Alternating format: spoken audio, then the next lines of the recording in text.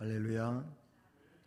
네, 귀한 시간에도 주님이 우리와 함께 하시고 또 우리들이 주의 말씀하심을 따라서 삶의 내용들 속에서 또 하나님의 기쁨으로 세워지기를 주님의 이름으로 축복합니다. 이 본문의 말씀은 요한이서에 이제 마무리하며 마지막 인사를 하고 있는 그런 부분인데요. 근데 이 말씀의 12절에서 쓸 것이 많지만은 종이와 목으로 쓰기를 원하지 아니하고 오히려 너희에게 가서 대면하여 말하려 하니, 만나서 말하고 싶다.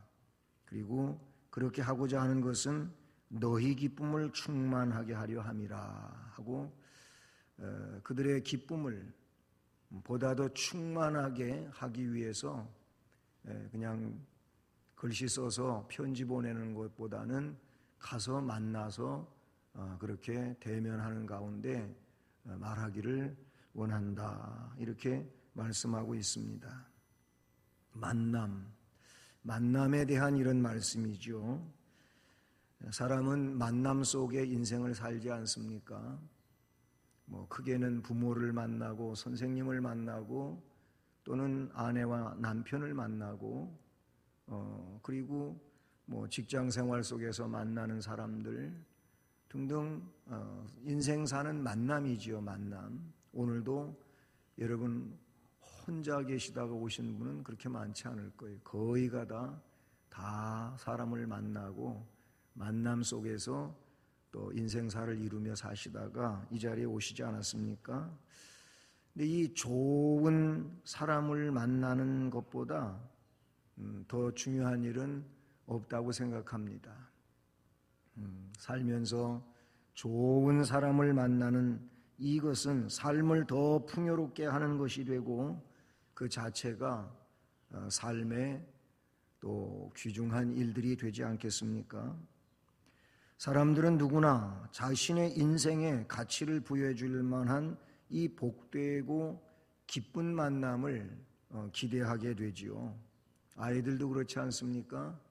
이 친구 만나가지고 노는 재미에 시간 가는 줄도 모르고 그러다가 밥 먹는 시간도 놓쳐버리고 집에 와가지고 부모님한테 혼나고 이런 일도 여러분이 잘할 때도 있지 않았습니까? 저도 그랬어요. 밖에서 놀다가 노는 재미에 팔려가지고 밥 먹는 시간도 잊어버리고 그래가지고 집에 와가지고 또 야단 맞고 이런 일도 있단 말이죠.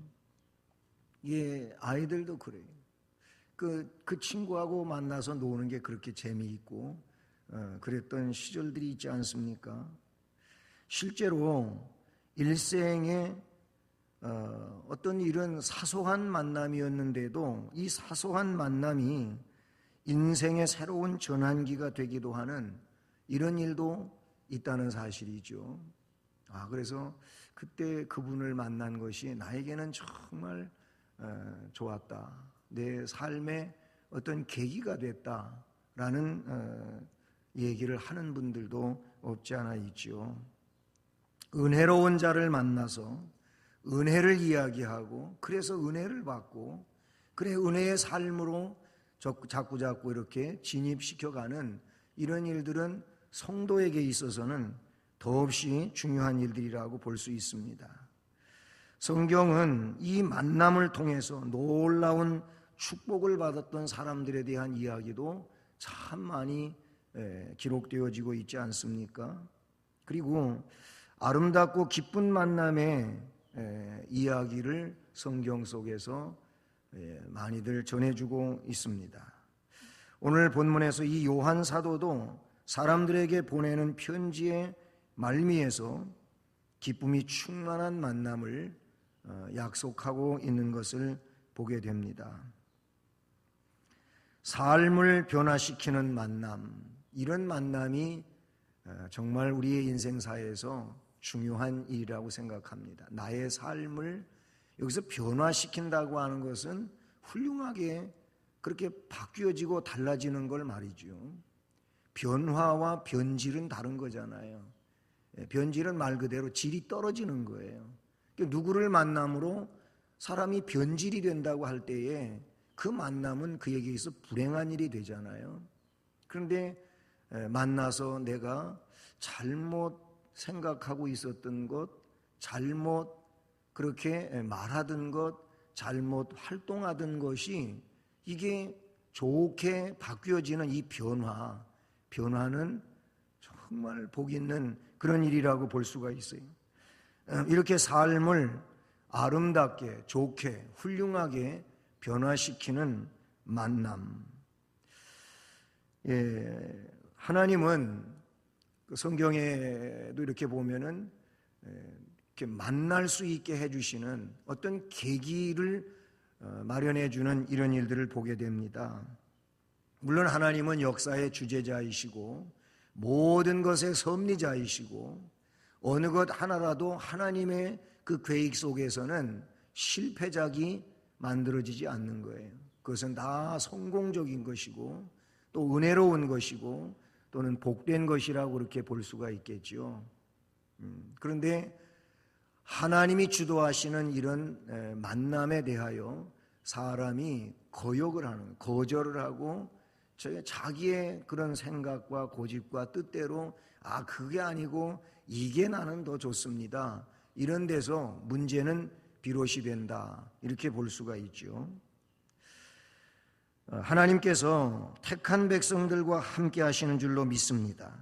삶의 세세한 부분들까지도 배려하시고 역사하시는 줄로 믿습니다.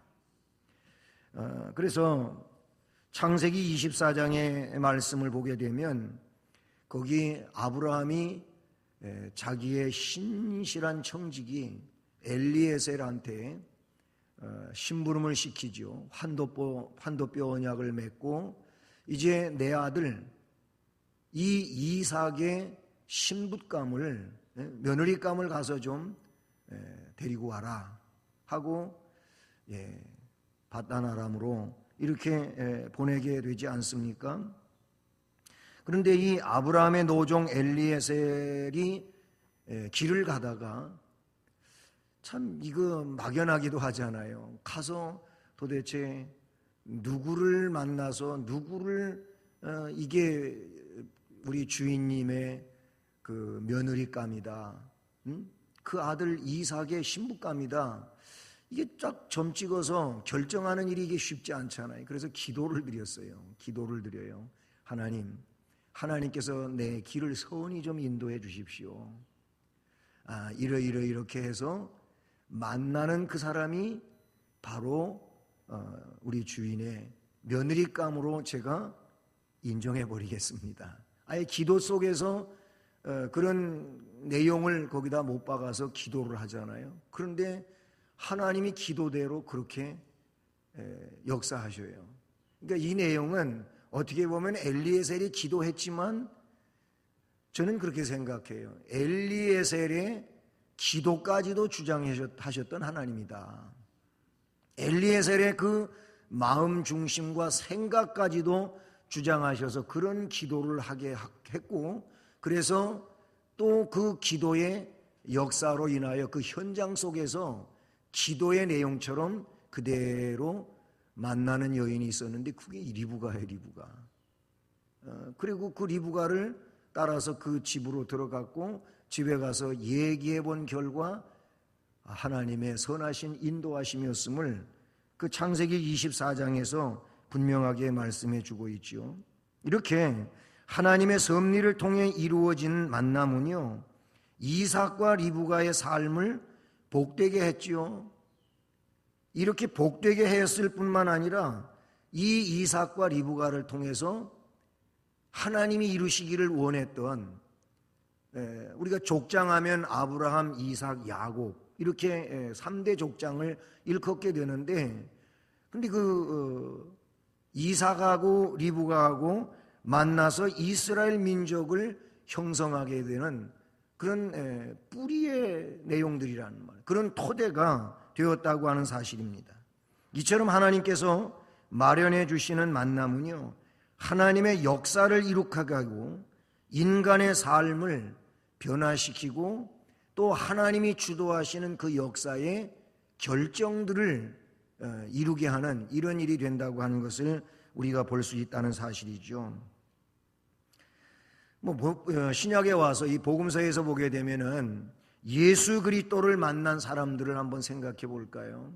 예수 그리스도를 신뢰해서 신앙적으로 만났던 사람들, 이런 사람들에게는 다 놀라운 변화가 있었다고 하는 거예요.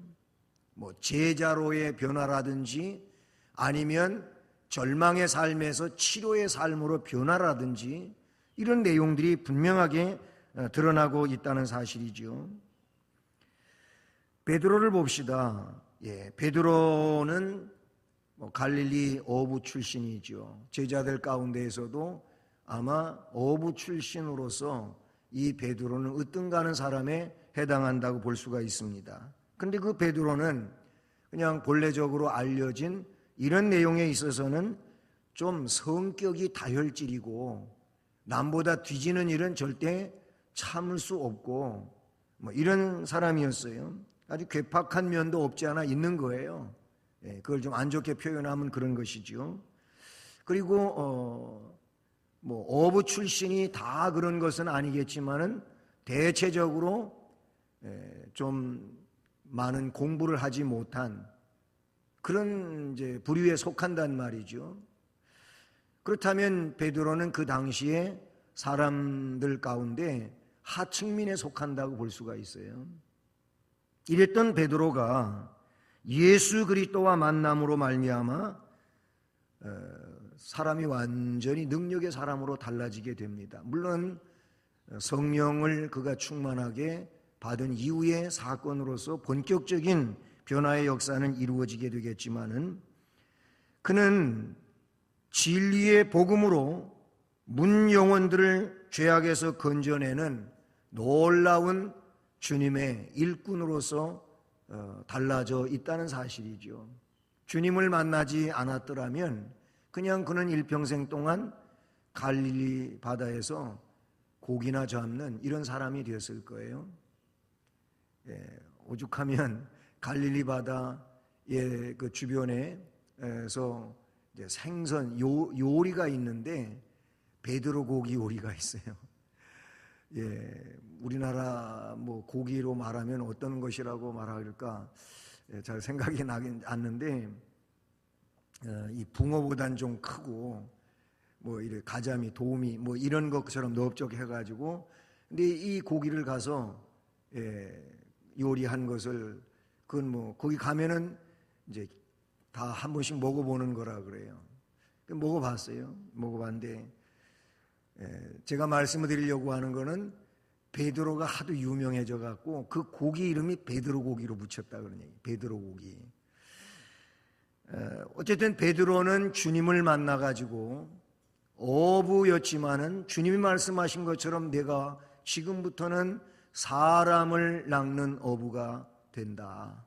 그런 말씀하신 대로 이제는 바다에서 고기 잡는 어부가 아니고 세상 속에서 하나님 나라를 위하여 하나님 나라에 들어갈 수 있는 이런 영혼들을 낚아내는 이런 훌륭한 일을 감당하잖아요. 사도행전에 그래서 베드로가 성령에 충만하게 감동되어서 설교를 하니 하루에 3,000명씩 개종하고 5,000명씩 개종하고 하는 이런 일이 일어났다는 거예요. 그러니까 유대교 신자들이 예수 그리스도를 구주로 믿는 이런 유대교에서 기독교로 개종하는 이런 일이 일어났다는 것이죠. 이렇게 예수님을 만난 베드로는 너무나도 하늘과 땅 차이로 변화된 모습을 우리가 볼 수 있다는 사실입니다. 그런가 하면 요한복음 4장 말씀에 기록된 여성이지요. 그 수가성, 사마리아 수가성 야곱의 우물, 이 우물물을 기르러 사람들이 왕래하지 않는 시간에 이 여인은 그 물을 기르러 왔어요. 그렇게 하는 이유는 사람들에게 눈에 띄는 것도 싫고 사람들 눈에 띄어봤자 좋은 소리 못 듣고, 왜냐하면 자기의 삶이 별로 그렇게 깨끗지가 않거든요. 그러니까 누가 보기만 하면 손가락질이나 받고 좀 천대시 되어지고 멸시받는 이런 처지에 살던 여인이잖아, 이 수가성 여인이요. 그런데 바로 이때 예수님이 그 우물물을 찾으셨던 거예요. 제자들은 이제 먹을거리 구하러 성내로 들어간 상황이고 예수님은 그 우물물 곁에서 앉아 계시면서 이 여인을 만나게 됩니다. 이것도 주님의 계획적인 역사라고 볼 수가 있어요. 그 여인을 만나기 위하여 주님은 거기 가셨음을 믿습니다. 그래서 이 여인을 만났어요. 대화가 시작이 됐습니다. 나한테 좀 물 좀 한 바가지 줄 수 없냐고. 가만히 보니까 이 여인 앞에도 얘기했지만 특별히 유대인 만나는 게 아주 싫거든요. 그런데 유대인인 남정네가 자기한테 물 달라고 하는 거예요. 그래서 하도 의아스러운 일이어가지고 어떻게 유대인인 당신이 나한테 물 달라고 하느냐 하는 이런 말로 시작이 되죠. 얘기는 점점 영적으로 깊어져 가게 되고 결국 이 여인이 메시아를 발견하게 된 거예요. 그래서 물동이도 버려둔 채 동네로 뛰어들어가죠.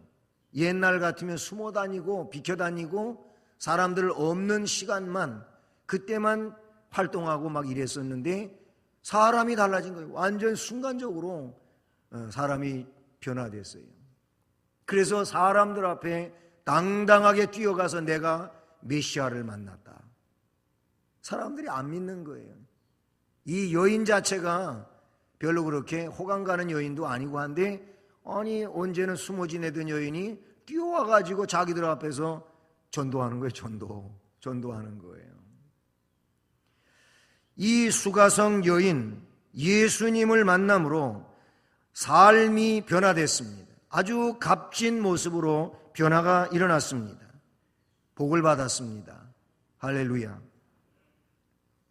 그래서 동네 사람들 전도하게 되죠. 여인이 하도 강권하는 식으로 그렇게 말하니까 동네 사람들이 그 여인의 말을 듣고 우물가로 옵니다. 예수님은 그때까지도 앉아 계십니다. 그거 다 아시고 그러셨겠죠. 동네 사람들이 와서 예수님을 만난 결과가 메시아인 겁니다.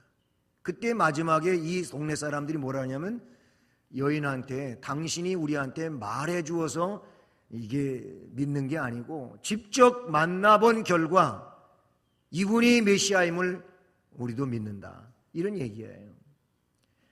어쨌든 이 수가성 여인은 예수님을 만남으로 자포자기의 인생 속에서 또는 실패와 좌절의 인생 속에서 완전히 회복이 되어집니다.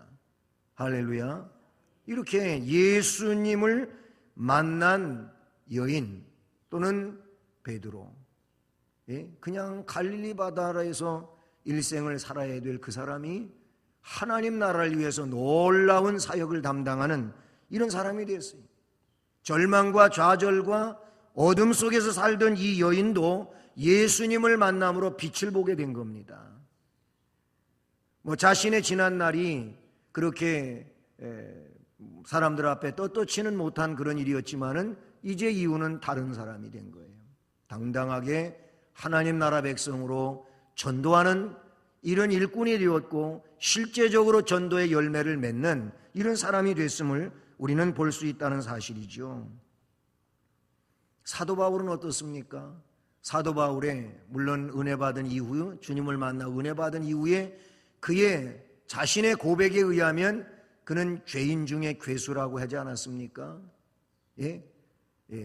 좀 저속한 이야기 같지만 나는 칠뜨기 같은 존재라 그랬어요.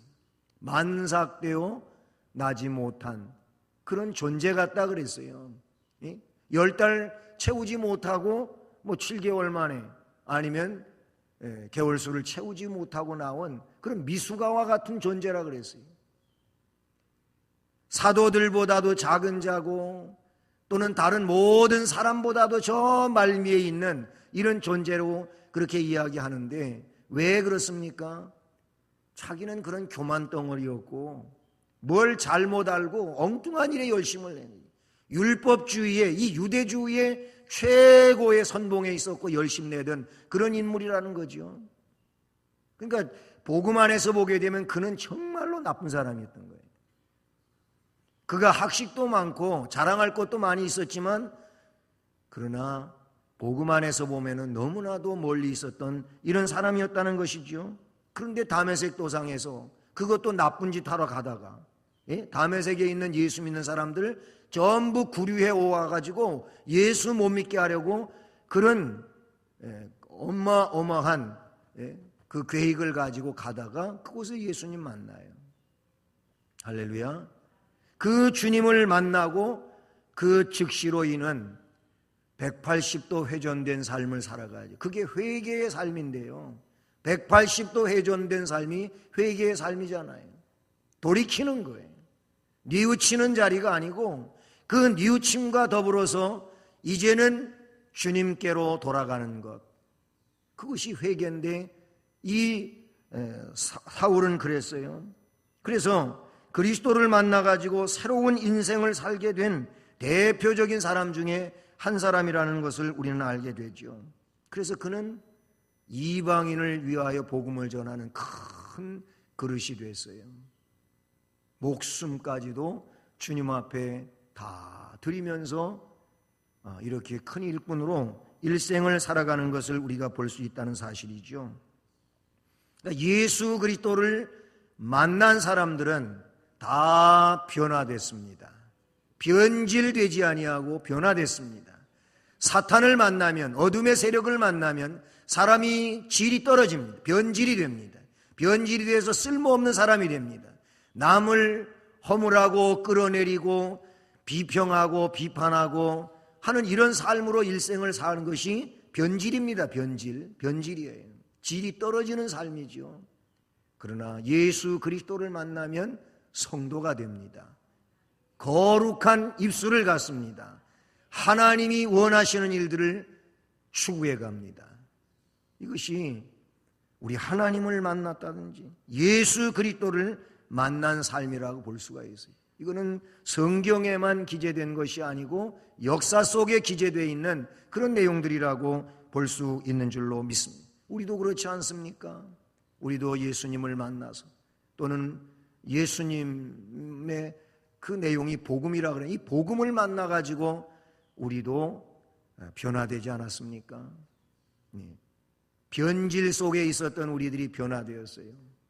정말 훌륭하게 하나님 나라를 위하여 일하는 이런 일꾼들로 변화되었어요. 어려서부터 그저 성경 속에서 또는 이 신앙 속에서 예배 속에서 한눈 팔지 아니하고 이 자리까지 오신 분도 계시겠지만은 또 그렇지 않은 분들도 있잖아요. 인생 중도에, 그 중도라고 하는 것은 이전과 이후를 말하는데 이전의 삶은 정말 방탕한 삶이었죠. 찬송가 가사에도 있는 것처럼 방탕한 삶이었어요. 그저 내 마음대로 살고 또 질이 안 좋은 삶을 살기도 하고 그렇게 타락된 삶을 살던 우리들이 어느 순간에 복음에 의하여 예수님을 영접하게 되고 예수님을 영접한 그 이후부터 이런 세상의 그 고락을 끊어버리고 그리고 일편단심 신앙의 길을 여기까지 걸어오면서 변화의 변화를 거듭하여 성화되어 가고 있다는 것이죠. 할렐루야. 예수님을 만났기 때문인 줄로 믿습니다. 그러니까 이 만남, 주님을 만나는 일은 그러므로 매우 중요한 일인 줄로 믿습니다. 지금도 마찬가지예요. 이 만남이 이렇게 중요하다고 할 때 우리 성도들은 이 성도의 만남으로서 또 다른 훌륭한 변화를 일으켜가야 될 터인데요. 이 성도의 만남을 보다 더 기쁘게 만드는 것들이 있습니다. 성도로서 내가 성도고 또 다른 이가 성도고 성도와 성도의 만남도 그러하고 성도와 비성도인 이를 어떻게든지 전도하기 위하여 만나는 이 만남 속에 정말 훌륭하게 변화시키는 이런 재료들이 있다, 그런 얘기예요. 복된 만남의 귀중한 재료들은 어떤 것들이냐? 이것은 첫째는 사랑이라고 생각합니다. 복된 만남을 이룰 수 있는 그 주 재료가 사랑이라 그런 얘기예요. 그러니까 이 사랑을 가지고 사람을 만나게 되면 이것이 복된 만남 또는 성도의 만남의 기본적인 내용이라고 그렇게 볼 수 있는 것이죠. 예수 그리스도를 만남으로 삶의 중요한 전기를 맞이한 성도들은요, 모두 그리스도 안에서 한 형제요 자매가 되는 줄로 믿습니다. 이것을 간단히 줄여서 이야기를 하면은 예수 안에 있는 이들은 전부 하늘 가족이 하늘 가족, 하나님 나라 가족이라 그런 얘기죠. 그래서 하나님 은혜 안에서 예수 그리스도의 그 복음 안에서 우리는 다 뭐예요? 형제요 자매가 되었다는 것이지요. 따라서 성도들은 항상 서로를 위해서 기도해 주고 지속적인 만남을 통해서 결속을 다져가며 사랑 안에서 교제하고 아름다운 역사를 이루게 되는 줄로 믿습니다. 사랑은요, 성도들의 만남을 더 기쁘게 만들어주고 의미 있게 만드는 중요한 요소가 되는 줄로 믿습니다. 사랑이 바탕이 돼가지고 모든 만남을 갖게 될 때에 그 자체로서 이미 큰 기쁨과 의미를 갖게 된다는 사실인 것이죠. 성도들은 형제의 삶에 깊은 관심을 가져야 할 것이고 애정을 가지고 만나는 기회를 자주자주 가져야 될 줄로 믿습니다. 그래서 성도의 만남은 무엇이 주체냐면은 나눔이 된다. 나눔, 기도 나눔, 은혜 나눔, 말씀 나눔, 나눔인 거예요. 이게 성도의 만남. 우리가 구역 예배를 드리면서도 바로 이런 은혜 나눔들이잖아요. 말씀을 증거하고 또 들은 말씀, 은혜 받은 말씀, 있었던 은혜로운 일들, 또 시험을 이기는 문제, 이런 것들을 서로 이야기하고 지금 현재 시험의 요소로 어려움을 겪고 있다면 또 그것도 꺼내놓고 이야기하면서 기도를 요청하고 이렇게 하는 만남이 성도의 만남이고 그런 만남 속에서 우리 하나님이 기뻐하시는 역사들은 이루어지게 되는 줄로 믿습니다. 이 제자훈련 그런 생활 숙제들이 여러 가지가 있는데 그 중에 하나가 뭐냐면은 출석 체크하는데 맨 마지막 칸에 이런 것이 있어요. 전화 의도적으로 어떤 성령의 이런 지시하심이라든지 또 갑작스럽게 누가 생각이 나가지고 그분의 좀 안부 좀 묻고 싶고 그분에게 좀 이런 얘기 좀 해주고 싶다. 그래가지고 전화하는 일이 있단 말이에요. 이거 일주일에 몇 번 했느냐? 숫자 적는 게 나와요. 숫자 적는 게. 이거 왜 이런 프로그램이 있는 거냐면은 성령의 역사에 의하여든지 또 아니면 성도의 교제에 의하든지 그렇게 해서 다른 이들을 배려하고 생각하고 관계를 맺고 관심을 기울이고 하는 이런 일들을 자꾸자꾸 폭넓게 하라는 거예요. 그것도 훈련이고 앞으로 그런 일을 더 많이 해나가는 사람이 되라는 거예요. 나를 통해서 누가 좀 위로가 되고 세워지고 그래서 더 성숙해져 가고 은혜롭게 되어지는 이런 일을 하라는 내용인 것이죠. 그렇다면 우리가 홀로 그냥 고독하게 지낼 일이 아니고 여러분도 제자 훈련생뿐만이 아니고 훈련 받아서만 아니고 우리가 할 수 있는 거잖아요. 그냥 누가 전화 걸어오기만을 기다리는 것이 아니고 누가 문자해 주기만을 기다리는 것이 아니고 한번 먼저 좀 선수 좀 쳐보시지 않겠습니까? 해보시라고요. 여러분 틀림없이 여러분 마음속에 오늘 하루에도 아니면 내일에도 틀림없이 여러분 마음속에 떠오르는 그런 사람들이 있는 겁니다. 그게 우리 교인일 수도 있고 인척일 수도 있고 아니면 옛날 학교 친구일 수도 있고 등등 너무나 다양하잖아요. 우리 삶의 폭은요. 그러니까 그럴 때 그런 이들에게 한번 전화 한 통화 해보는 겁니다. 문자 한번 보내보는 겁니다. 그래서 관심을 표시하고 삶을 또 함께 나눌 수 있고 하는 이런 일들은 이게 사랑이라 그런 얘기예요. 성도의 만남을 기쁘게 하는 것들 가운데 이 사랑은 그 어떤 것보다도 으뜸의 요소다, 이렇게 볼 수 있는 것이죠. 사랑이라는 말 속에 다 포함이 됐겠지만은 또 뭐냐면 교제하는 일입니다. 교제. 성도의 만남은 단순히 얼굴만 보고 헤어지는 이런 의례적인 행사가 되는 것이 아니고, 그 만남을 통해서 생활의 어려움, 신앙에 대한 고민, 이런 것도 서로 나누면서 이렇게 서로 마음을 교류하고 교제하는 이런 일이 돼야 될 줄로 믿습니다. 그렇게 되면 이것이 서로 좋아지는 일이 되는 것이죠. 그리고 교회 생활에 있어서 이런 일들은 전체적으로 우리가 그렇게 하기는 어렵지만 기관적으로 아니면 구역별로 아니면 또 이렇게 전도인과 전도자로서 맺어진 그런 내용들로서, 그 새가족 공부가 있잖아요. 새가족 공부가 있는데 요즘에는 좀 그런 일들에 대하여 그전 같지는 않은 것 같은데, 그전에 이런 얘기를 들어본 적이 있어요. 새가족 기수별이 있거든요. 함께 예를 들어 3분이면 3분, 5분이면 5분 이렇게 공부했다. 그러면 굉장히 그 기수를 중요시 여기는 거예요. 우리 동기생이라고 어떤 그 동질감을 가지면서 이렇게 굉장히 나름대로 그분들끼리 서로 이렇게 친구가 되고 또 관계를 맺고 하는 이런 일들이 있다는 거예요. 그런 게 지속적으로 발전되어 가야 된다는 것이죠. 은혜로운 구역은 어떤 구역이겠습니까? 이걸 잘하는 구역이라고 볼 수가 있어요. 서로 사랑의 교제를, 섬김의 교제를, 이 은혜의 나눔의 교제를 잘하는 일이라고 볼 수 있는 것이죠.